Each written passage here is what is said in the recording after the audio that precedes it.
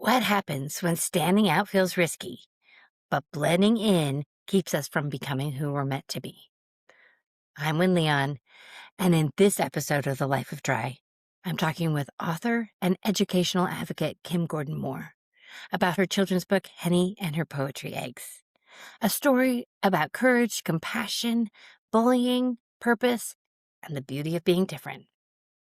Together, we explore how kids and adults alike can learn to embrace their gifts, build bridges for one another, and keep growing through the uncomfortable but meaningful work of trying. Kym, Hello, Wynn. How Kym, are you? I'm so happy to talk to you because, we've corresponded for many years, but this is the first time that we're talking in person or, on video. And Absolutely. it's just wonderful to see your positive energy and just feel you. Oh, girl, listen, I'm feeling you too, honey. Yes, I And am. I love your book, Hennie and Her Poetry Eggs. I'm going to hold up the bag of it right now. Thank you so much. I'm going to read a little bit of the description from Amazon. A story tale of courage and purpose catalyzes conversation. It helps young people embrace their differences and learn how to be compassionate towards others from diverse cultures who may experience bullying and social rejection. While this story serves as a purpose driven teaching tool to help identify and eliminate the intimidation of bullying, the lessons in this book are strong enough for adults but are intended for young people. Yes, yes, What a yes. strong statement. It's amazing. This story that you have described as a hmm purpose driving teaching tool about courage. Can you tell us about why this story is so important to have with kids, this conversation with kids and adults? Absolutely. I think that we are not blind to the fact that we're living in a fractured culture. We're living in a fractured family, fractured career, fractured world, everything. It's just kind of like teetering on what do we do now? And so I think that this was timely to happen because I was a little disturbed, as many people are, by so many things that are remnants of injustice that we've seen before, but we see reappearing again. There is such an attack right now on cultures, and whether it's religions or races or whatever the situation is, that we see a lot of attacks happening right now on the adult side. But we also see it spilling over in the children. They're like sponges, they latch on to everything that we say, whether we realize they're doing it or not. And so I think that a lot of the dialogue that's coming from the children is coming from what's at home or the adults that they're around, because the type of language that we hear coming from a lot of children is not the linguistics of what a child would probably say or how they would think.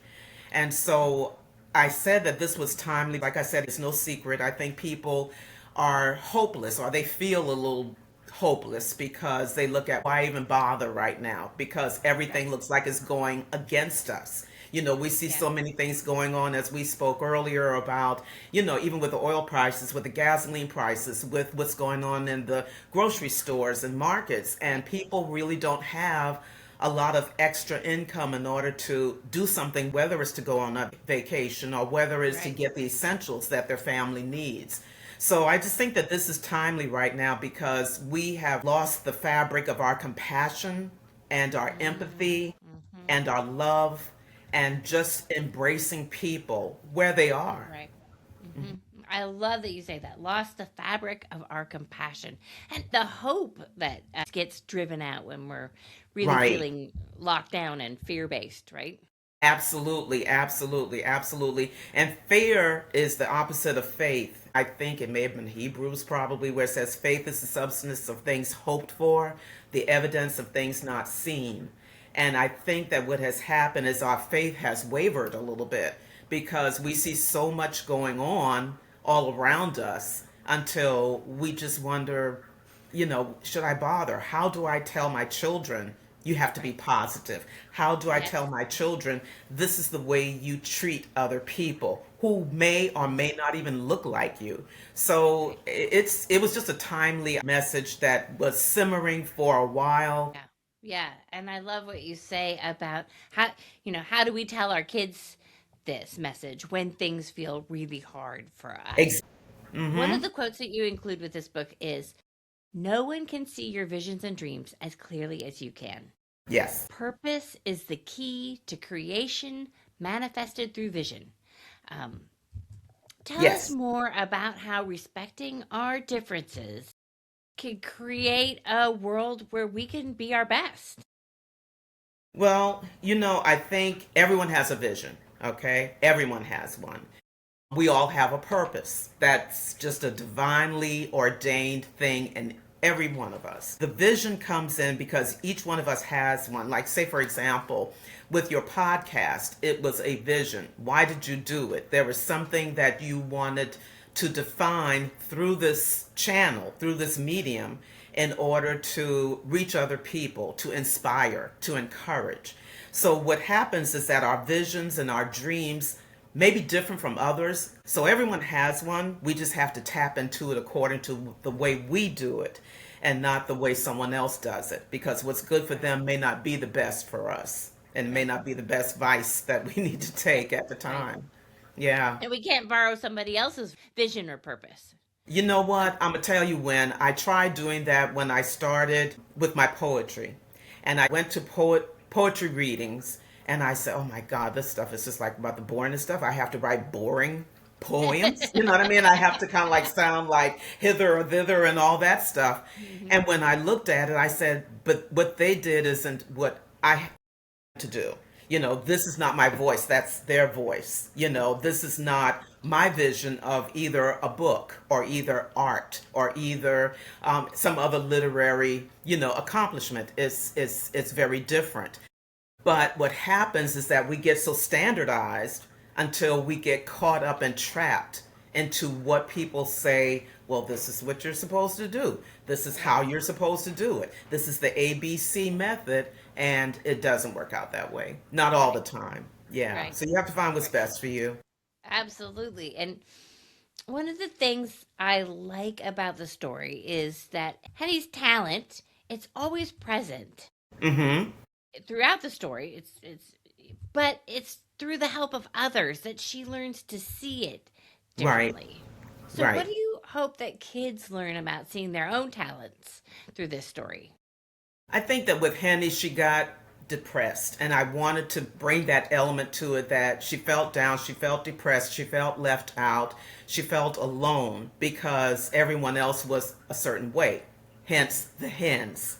The Yes. hens were just in one little conglomerate, and they were challenging because of the way she looked. You're a loser. You were a mistake. You don't belong with us. You don't look like us. You're not a part of us. And I think it made her sink into a depression. And when Farmer Elijah came to her after the rainstorm, where there were the three rainbows, Hmm. she was really shocked that he could talk to her. And that was one of his talents and his gifts that people teased him about when he was younger. So I wanted it to be where, even with the kids coming in at the beginning of the story on the field trip, that they were different. You had some who could see and some who couldn't, some who could walk and some who couldn't. And Farmer Elijah was trying to give them a teachable moment at that time that you all are different. So you don't have to worry about being like the other kid who's next to you. But I wanted to use the orphanage as also to another gateway into where differences occur, but then sometimes we end up throwing shade at those who look different from us. And so he had to explain to the children why she looked different. And then in his conversation with her, she ended up finding, okay, well, maybe perhaps I might not be that bad. Then she goes to the river and then she's there, well, by the lake. And that's when Betty the pig, comes and Hmm. she's talking with her. And she said, "Look, honey, they teased me all the time too. Let me tell you what they said about me." And she was kind of Yeah. alarmed because she said, "Well, how in the world can you just be so calm about this, with them teasing you that way? Didn't that depress you? And she said, honey, that's their problem. It's not mine. So I think that Henny learned lessons. It wasn't just an overnight sensation where she said, oh, I found my purpose. No, she had to learn what that purpose was and then really embrace who she was in order to make that happen. Well, and I love that you bring up all the different characters because, you've set this story about intolerance and bullying on a farm when and that's so relatable for all the different characters that you Hmm. have there, and kids love farms, whether they've been to one or not. Absolutely, absolutely. I think that adults love farms too, even though we may not want to necessarily say it. Sometimes we think we've arrived at a certain place and we forget about that curiosity. And I wanted to do it with a farm because the farm imbues a lot of diversity with the animals, with the crops, what's going on with the farm equipment. There are so Right. many different things that have a meaning and have a purpose. They serve that in order to make the farm be as successful as it is. And so, with that, what better place? We are part of the earth. Yeah. And Right. and I think that that just gives a real authentic flavor to what we're trying to say, not only just in this story, but just in life in general. Yeah. And I love, I mean, and the metaphor for growing is so apt for a There farm, you go. right? To grow, we need, we need to have the right soil and the right fertilizer and all Exactly, the exactly, exactly. Even when you're finding or looking for your purpose and searching for it, that it's going to take time to develop. So you think about when we are born and then we go to elementary school and then we go to high school and college, there is a graduation of learning. And then you don't forget necessarily what you learned, but it's just a part of the process. And so as we take a look at the root of something, the root is going to probably start and develop from a yeah, seed, right? right. And then it's going to go into a sprout, and then it's going to go into either a flower or either a tree. So there are just various levels of growth that Right. goes along with the opportunity of just being better than you were before. Mhm. Yeah. Mhm. Well, I know your message is not to judge a book by a cover, but I'm going to hold up the whole package of your book here. Your book comes in this beautiful sack with this darling pen that my kids have already tried to co-op, My and gosh. then and then the book, and you just have created such a beautiful package, and it reminds me a little bit of Henny. She's a Lamborghini chicken, right? Did I say that right? And what Yes. I love about it is that in that type of chicken, it's the female that have the colorful flower feathers. I mean, and you can see the picture of a chicken behind you. Hmm. Well, actually, you know what the interesting thing about that? The Yeah. Lamborghini chicken is a real chicken. So the female and the male, okay, you have the Mhm. rooster and the hen, are both in Indonesia, that they are both black, all black. Henny was morphed, so she's Oh. fictional. Okay. Oh, okay, okay. Yes, she's Thank you. fictional. But what Right. I wanted to do was with a black chicken, usually nobody sees it or knows about it. It's a very valuable chicken. The insides it's edible. It's just like a regular chicken. It's just the hyper pigmentation of that chicken is what makes it black all over. Now, it doesn't lay a black egg. I think it's like a cream color egg that it does. But what I wanted to do was to take something that was real and that a lot of people never heard of a Lamborghini chicken. But what I wanted to do was Guinea was what I took at the end of Lamborghini to call Henny the Guinea so that she would be so different and stand out so much that the colors would just absolutely floor whoever saw it, whether it were the animals, whether there were the people who came to visit Farmer Elijah's farm. So there's just a backstory to Yeah. Henny and then how she develops into who she is now, Yeah. what she is now. And Yeah. it's a great backstory because, as you and I were talking before we hit record, we don't like to stand out like that. It's vulnerable. Yes, yes, it does. And it leaves you, it's almost like target practice. Yeah. where you're a big huge target there, and then all of a sudden you have people who are like, okay, what's they're going to start picking, and they're going to start really kind of like throwing darts for the most part, at you. And I think we have I think fallen into that, I guess you would say, like that sinkhole or either that quicksand of being like everyone else, so that when we just take a look at it, we're all the same hues. We still act the same way, we eat the same food, we walk the same way, we speak the same way. And then when there's an interruption in the conversation, if there's an interruption in what someone is wearing, even as far as a bright color is concerned, there are people Right. who look, you get stares, you get looks, you may even get admirations that they may not even tell you that, Yeah. they admire that. Some people will, and then some people won't. I just think that, like you said again, sometimes we have the comfortability of just blending in so that we just don't stand out too much, especially Right. in a crowd. Mm-hmm.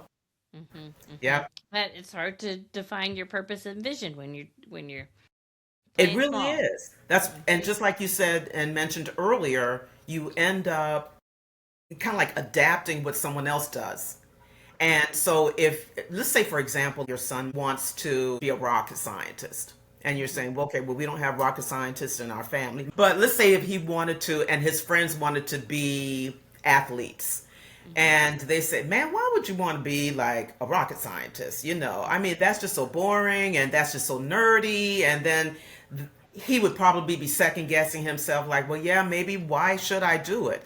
But I think that he has a support system that's just enough in order to nudge him and say, continue to keep studying, continue to keep doing this. We're going to go ahead and we're going to visit this observatory. I want you Mm-hmm. to just kind of like touch different fabrics of where your journey is going to lead you to make your dream come true. Mm-hmm. So I was talking to my brother, my youngest brother, and I had to write down something that he said to me when after he finished reading the book. And I said, really, you read the book? But he told me, he said, what we have to do is to build a bridge that will make people feel that they have a bridge to cross when they don't have a bridge at all and are faced with a ditch. So, how do you build that bridge? And I think that this is what I wanted to do. We see all of the issues that's going on all around us. We can only do our part. You could only maybe tell your children and teach them uh, this is the nicer or kinder or gentler way of doing things. What can we do where Right. we are with what we have in order to make a difference, to make a change? And so, my mother used to tell me about our character, and she said, what is the content of your character? I know Dr. Martin Luther King Jr. mentioned that, but she said, what is it? What will people see when they see you? What goes beyond that? What substance do you have? Because she always would tell me, junk in, junk out. Yeah. So Right. if you keep getting all this stuff and you are just wallowing in toxicity, how is it that you're going to be able to influence someone to do something that's kinder or something that's going to be better for humanity overall? We got to put human back in humanity because somehow it has been just erased, and it's disturbing, but I know I still have hope. So I Yeah. still Yeah. have hope. Yeah. Obviously, I mean, and this book is a hope, and as your brother said, it's a way to build a bridge over and let people know that there's a way forward. But I'm Yes. I'm curious, how did you come to find your purpose as a writer and educational advocate? That was not intentional. When- I don't know how that happened. My sister, my mother, my cousins, they were educators on so many different levels in school. I was not that one. I was the kid who talked too much in school and had to be reprimanded for doing that. So, but what I think disturbed me the most, I was doing, I think, with my last book, We Are Poetry, I was doing some research and I saw where our illiteracy rate was so extremely high for this country when we have so many educational establishments. We have so many colleges and universities and trade schools. And I said, how in the world is it that we have the illiteracy rate, especially with adults, as high as it is? And I couldn't figure it out. And I know that a lot of times marginalization plays a big part in it. But something else disturbed me throughout the years, and I think this is how this evolved with the purpose of being the advocate that we were talking about. There was an event called World Book Night. It only lasted 3 years in the United States. And when I saw it, they said, if you want to sign up and if you want to be considered for giving away a book, we're going to send you 20 books. And if you're selected, then we'll give it to you. And for those 3 years, I put my name in the pool, got those, free books, and started giving them out to different people. Now, the first person and the first time I got the book, I went to a literary council. I offered the book to them. And when I offered this particular book, I won't say which literary council it was, and I won't say which book it was, but the book was a book that I read. And when I offered it to the executive director, she told me, she said, oh, that's on an 8th grade reading level. This is adults. Now we're talking about the Adult Literacy Council. And I said, okay. And she said, but our people read on a 5th grade reading level. And I said, okay. So she said, so we can't use the book. I said, but you can use it even if it's on an 8th grade reading level. That will give them the encouragement to read it. Now, the book was not hard. It was not like something for a first grader, even though a first grader probably could. And I said, well, is there something offensive or something in the book? And she said, no. She said that our people read at a 5th grade level and your book is at an 8th grade level. And so she said, I wish you a lot of luck in giving the book to someone else. And at that particular point, I think that all the blood just rushed to my face and my head, and I was just like to that point of saying something that I probably would not have be able to redact, right? And I said, how in the world is it? And I think I mentioned it in my book that when people put a level that you can't go over, or they don't want you to go over, for whatever reasons it may be, you have to decide for yourself if you're going to go beyond that. And so I think that that's where my purpose came in with being an advocate for education. Whether or not you go to college, whether or not you go to a trade school, it does not matter. Whatever kind of education, whatever type of learning you get, then you continue to keep doing it. You continue to keep going on with it. And so that's the reason why I think that however I can just insert some type of educational value in what I do, that's where my direction has gone now. We're not really learning the way we have in the past. Like with you and I, we're used to a certain level where we cursive write. You know what I mean? Yeah. Our handwriting is Yeah. like this. We do more reading perhaps with a physical book, which I prefer, than I do with a book that is an ebook, because I like to have something where I can put the dog ears down. I just think that looking at where our literacy rate is right now and looking at where other parts of the world are so far ahead of our country, that it is disturbing. The educational system is disturbing. And so it's like, what do we do? So if this is just a little nugget that's inside of the big cuisine of delicacies, well, then we will go with that. But this was something that I felt, okay, I need to address this. I am not a teacher, but I do get with teachers and librarians to discuss what's happening right now that we see going educationally wise. And it's not just with the illiteracy, we have illiteracy, those who can read but refuse to read. They don't want to read. I saw that word on your website and I had to look it up. I was like, what is illiteracy? So, yes. Honey, let me tell you, that's what I said when I was going through researching the illiteracy levels in our country. I just said, illiteracy, what is that? And that led me to, again, learning. And I said, wow, this is what we're seeing right now. We're seeing that we are going on Google or Bing or whatever, and we're actually witnessing right now that there's so many people, not just the kids, who are constantly on their phones. We don't look up things the way we used to anymore. It's like, let's go to Google, let's just try to put something in, and then you'll have AI overview, and then that will tell you what it is that you're searching for.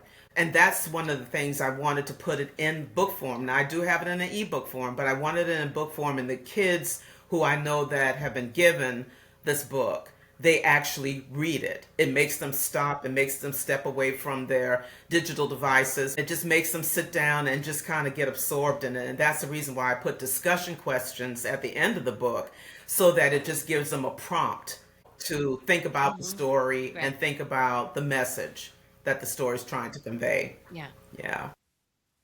Yeah. It's so good. And I just love what you're trying to do to make the world a better place, to, spread this message of tolerance and support of others. Your point about leveling up, to help Yeah. people see that there is a higher level that they can Yes. reach, and by building the bridge. Yes. So, Yes. Yes. Kim, love it. It's Well, so thank good. you so Thank you much. so Thank you much. so much. Just listening to the kids who have already read the book. I have one of my dear friends, one of her two of her grandsons.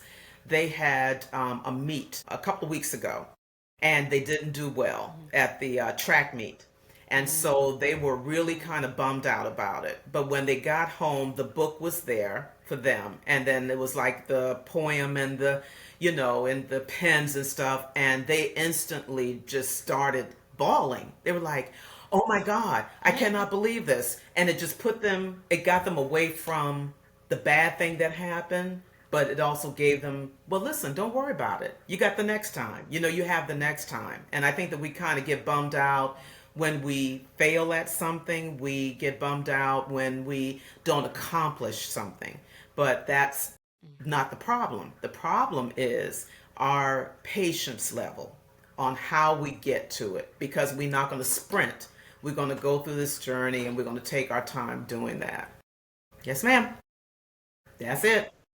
Great story. Thank you. Great. Thank you, Kim. Wynne, I appreciate it. Have a great Oh, I day. appreciate it so much. And like I said again, I just So thank fun you talking for to you. your platform and giving so many people an opportunity to just talk, because sometimes that's what people need. We don't talk like we used to. Everybody just kind of Yeah. pass in a fleeting moment, and there you go. Kit and caboodle. There you go. Right. Hasta la vista, Yeah. So I just appreciate your platform. I appreciate you taking the time. I thank you for inviting me here. This has been just absolutely a joy to the blog sphere that we follow each other. So yeah, I really appreciate it. So good. So Thank good. you. Thank you for listening. Our music was written for us by the incredible duo of Jack Campora and Rob Koenig. For show notes and more great inspiration, see avitiva.com, avitiva.com.